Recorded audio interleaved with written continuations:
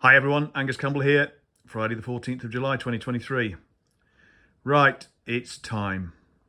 We need to begin on the Jubilee Bonny, which has sat here patiently on the lift for a few weeks now, because once we finish the Fury gearbox, it's over there in the corner there. Once we've finished that gearbox and got it off the lift and put the Bonny on, then we had problems with these two. But touch wood, they're now fixed. So we can make a start on this.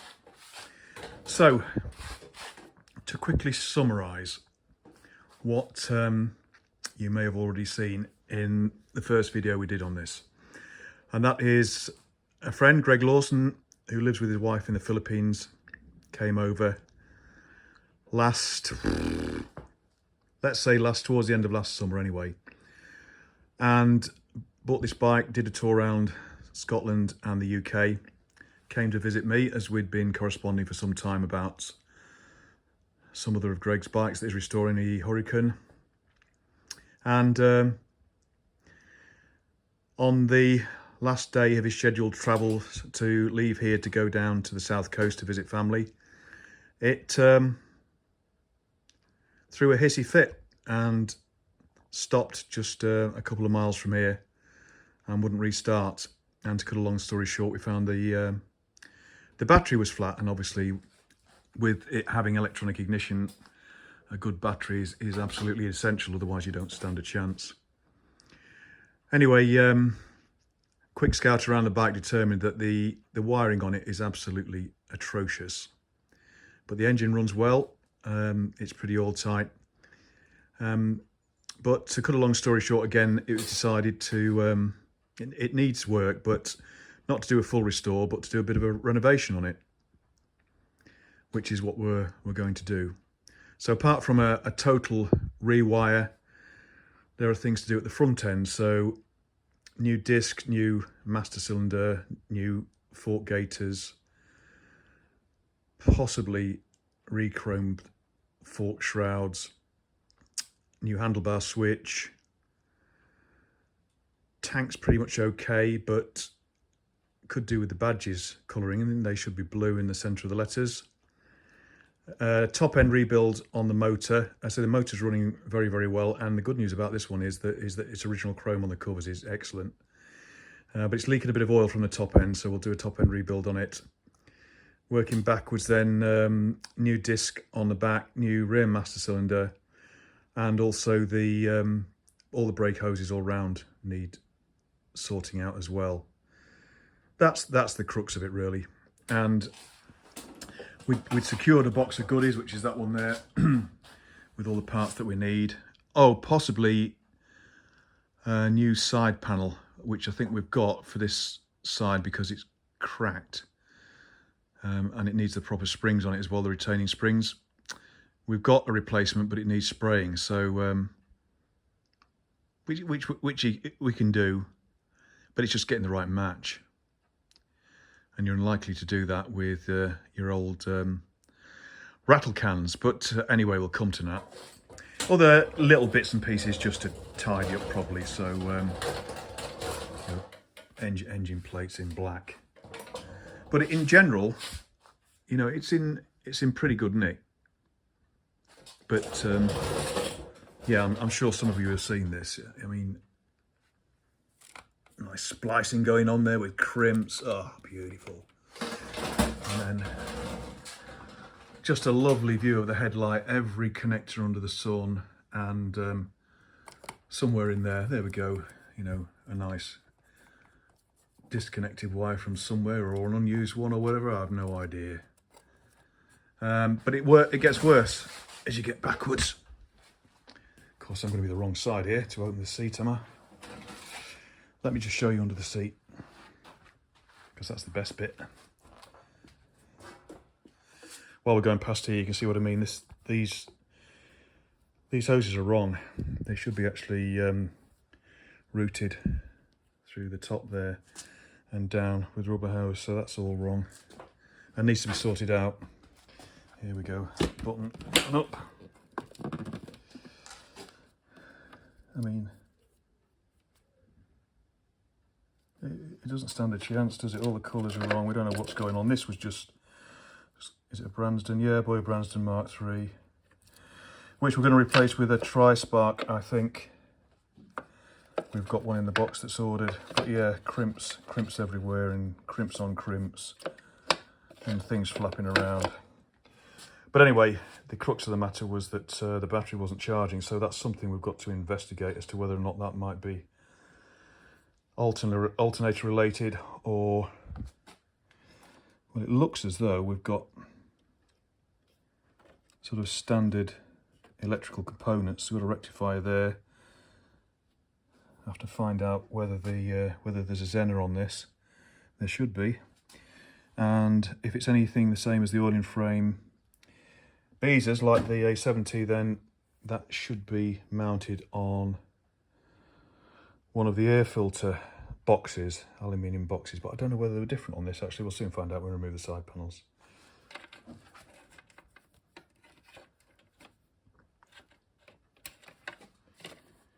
That's actually correct. Good God.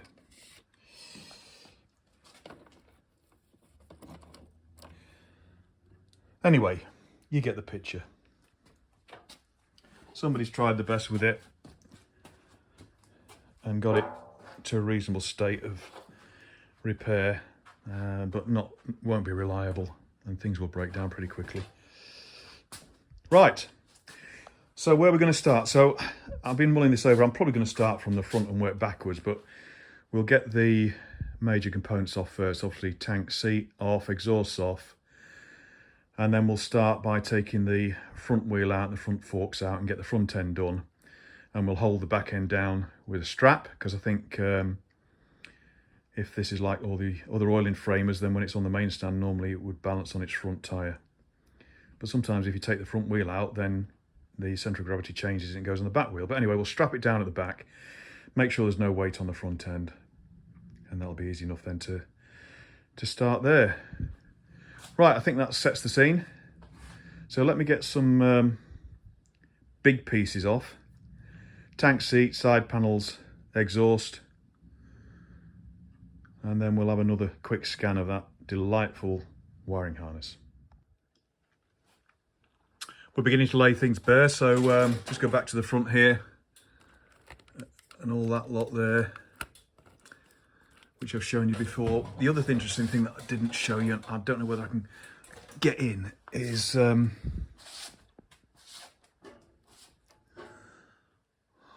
don't think you can see it actually, but it's the wiring at the back of the ignition switch is a bit noddy as well. Oh, don't even look in there. But anyway, fixable, that's all right. We can see that, yeah, it's a lot of oil around here, which Greg knew about anyway. Not bad. And as I say, the motor's been running well, so we're going to leave pretty much well alone and just check the head off and give the head a bit of a bath, the rocker boxes. Maybe check valve guides, Greg? Probably anyway. We may as well get the valves out, check the seats and the guides. Yes, the side panel is cracked. I think this is an original fitment. It was a change later on, so they didn't rely upon just the springs, which should go at the front, which were missing on this. But you can see it's cracked, and this is all that was holding the side panel on. And the problem as well is that the seat didn't have its retaining strap, so it was opening far too wide, and that's why it's cracked at the back here and marked. I mean, it's not too bad.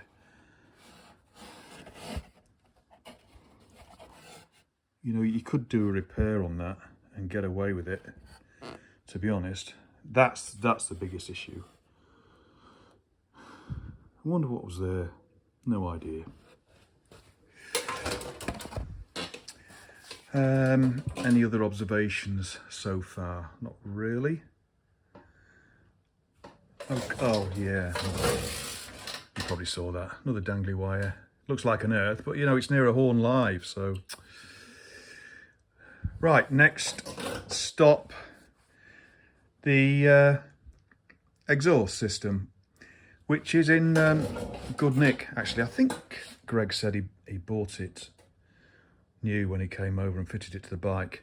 The front clamps could do with a bit of a clean up, but they usually come up all right. Actually, they're not too badly pitted. You know, a bit at put that on the bench wire wheel, and we should be able to bring that up all right.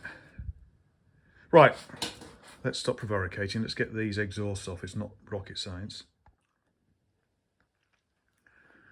Right, the exhausts are off. They were okay, actually. Bit of a mix of nuts and bolts, though. You know, shelving bolts, metric, British, etc., etc. But anyway, the exhaust in good nick. This is a 77 machine as a Jubilee Bonny, so it retained the sort of exhaust stubs for clamping the pipes onto, and there's been some goo wrapped around those to try and seal them a bit. It was in 78 when they brought out the T140 Bonneville Special, the first one with the Leicester mag alloy wheels. That's the first bike that employed the sort of screw-in flanges, if you like, not flanges. Don't know what you call them, really.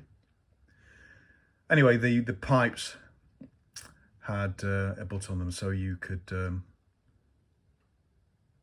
screw into head to get a positive fixing. The term escapes me, but you know what I mean. And the reason I know that is because I bought a brand new T140 Bonneville Special in 1978. So there you go. I paid a lot of money for it, more than I should have, but enough of that. Right, other observations. So, I was telling you up the top here that the current hydraulic line is totally wrong, which it is. So from the top master cylinder there should be a flexible hose that goes into the top here, and from the underside of that, I believe there's a metal pipe, and that winds its way in front of the headstock here down to that, and then you've got a flex hose from there down to there, and we've got most of the bits to try and put that back together. From memory, I think there was probably one part out of stock from when we ordered the parts, so I'll just have to check that out when we go through the bits and pieces to put this together. I think that's about it. Observation. Oh yeah, the other thing, yeah, the choke's stuck. I don't know whether Greg had any problem with that. But the slides appear to be stuck. Anyway, didn't mention that, but that's something to look at too. Right. Oh yeah, one other thing I was going to mention. Beside the side panel. Just show you, so the seat's original and the cover's in good nick. Can I do this one-handed without wrecking everything? And the underside's a bit rough, and it's been touched up before, but you know, it's things like this, the original labels and things that make it really. So we'll try and rub that down and do a bit of tidying up on that to make it a bit neater, but obviously retaining that. Other than that, we'll give the seat a good clean with upholstery cleaner. It's faded a bit, but it's okay. And the chrome strip around the side has started to crack, and the lacquer is letting go. There's nothing much you can do about that, really.